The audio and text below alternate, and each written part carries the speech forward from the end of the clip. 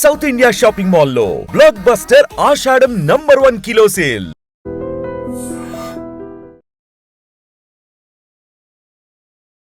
నమస్కారం, welcome to I dream. ధర్మ మార్గం విత్ విజిత కార్యక్రమానికి స్వాగతం.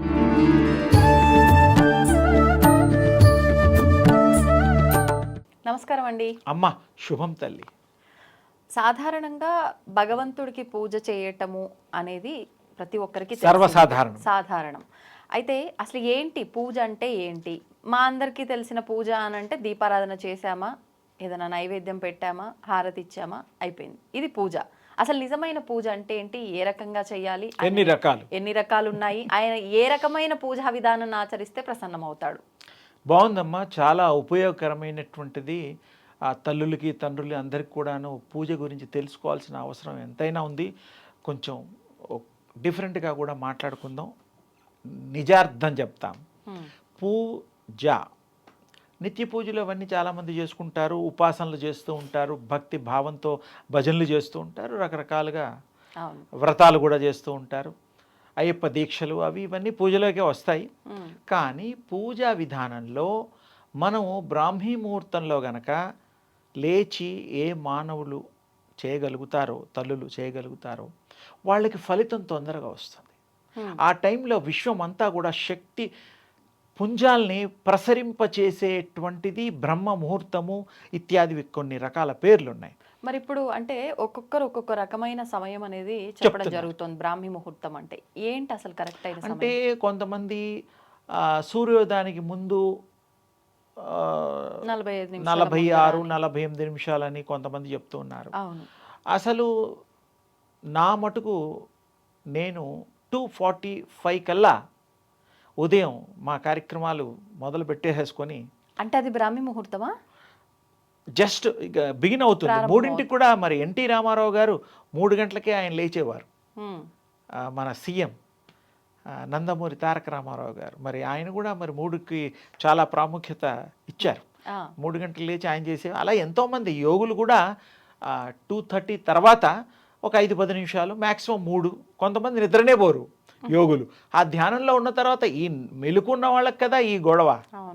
మెలుకు అనేటువంటి మనం నిర్ణయించుకుని ఇన్నర్ సైడ్ టైం పెట్టుకుంటాం, టైమర్ లాగా. అసలు అలా ఏం లేదు. నిద్ర ఇవన్నీ కూడా మన అవసరాల్ని అనుకూలంగా చేసేది. బ్రాహ్మీ ముహూర్తంలో అంటే అర్థము బ్రహ్మ పదార్థాన్ని, సర్వవ్యాపకమైనటువంటి ఆ యొక్క దివ్య తేజస్సుని వారు గ్రహించడానికి వీలైనటువంటి ఆ యొక్క సమయము బ్రహ్మ ముహూర్తము.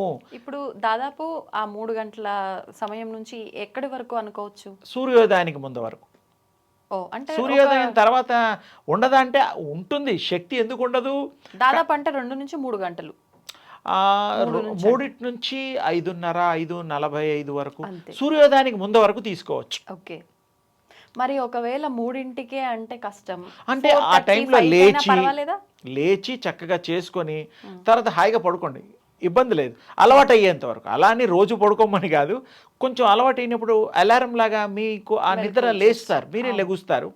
ఆ తర్వాత కొంచెం ఒక వారం రోజులకో 10 రోజులకో అలవాటు అయిన తర్వాత ఆ టైంలోనే మీకు ఇష్టం వస్తుంది. ఆ టైంలో పిల్లల్ని కూడా బ్రాహ్మీ ముహూర్తంలో పొద్దున్నే లేచి చదివించేవాళ్ళం. అంటే జ్ఞాపశక్తి కూడా ఉంటుందనే ఉద్దేశం. అలాగే మంచి ధ్యానం చేసేవాళ్ళు, మంచి వ్యాయామాలు, రకరకాలు యోగాలు ఇవన్నీ కూడా ఆ టైంలోనే ఎక్కువగా చేసేవాళ్ళు. ఈ పూజా విషయానికి గనక మనం వస్తే, ఈ పూజలో దివ్వెలు పెడతాం. ఆ దివ్వెలు ఎందుకు పెడతామో చాలామంది తెలుసుకోవాల్సిన అవసరం ఉన్నది. విశ్వవ్యాప్తంగా తేజోమయంగా ప్రకాశించేటువంటి ఆ దివ్య తేజస్సుకి అనుసంధానంగా వీరు ఆ జ్యోతులు, ఒత్తులు 2 వేసినా 3 వేసినా 4 వేసినా అది వేరే విషయం. ఒక్కొక్కరు అభిప్రాయాలను బట్టి వేస్తుంటారు. ఆ దివ్యలు వెలిగి ఉదయం ఆ దివ్య తేజస్సుకి ఈ దివ్య తేజస్సును తోడు చేసి ఆ దివ్య తేజస్సుని మనం ఆస్వాదించి ఈ కళ్ళతో చూస్తూ ఆ దివ్య తేజస్సును డైరెక్ట్గా చూడలేని వాళ్ళు ఈ తేజస్సుని ఆ తేజస్సుగా, భగవత్ తేజస్సుగా భావించి వారు స్వీకరిస్తారు. అందుకు ఆ దివ్యలు, ఆ దీపం పెట్టడానికి అసలు ముఖ్యార్థం ఇది. ఆ దివ్య తేజస్సు, ఈ తేజస్సు ఒకటే.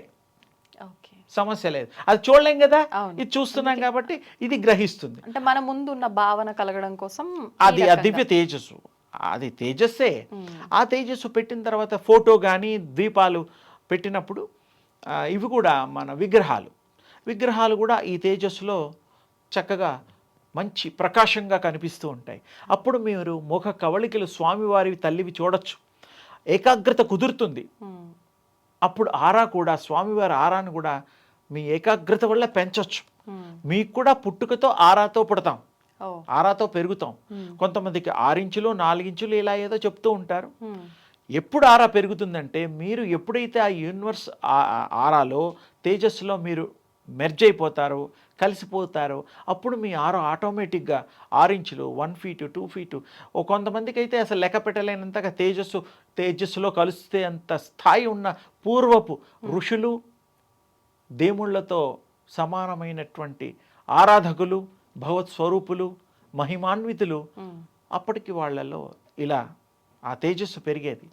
ఇప్పుడు మనకి పెరగడం చాలా కష్టం.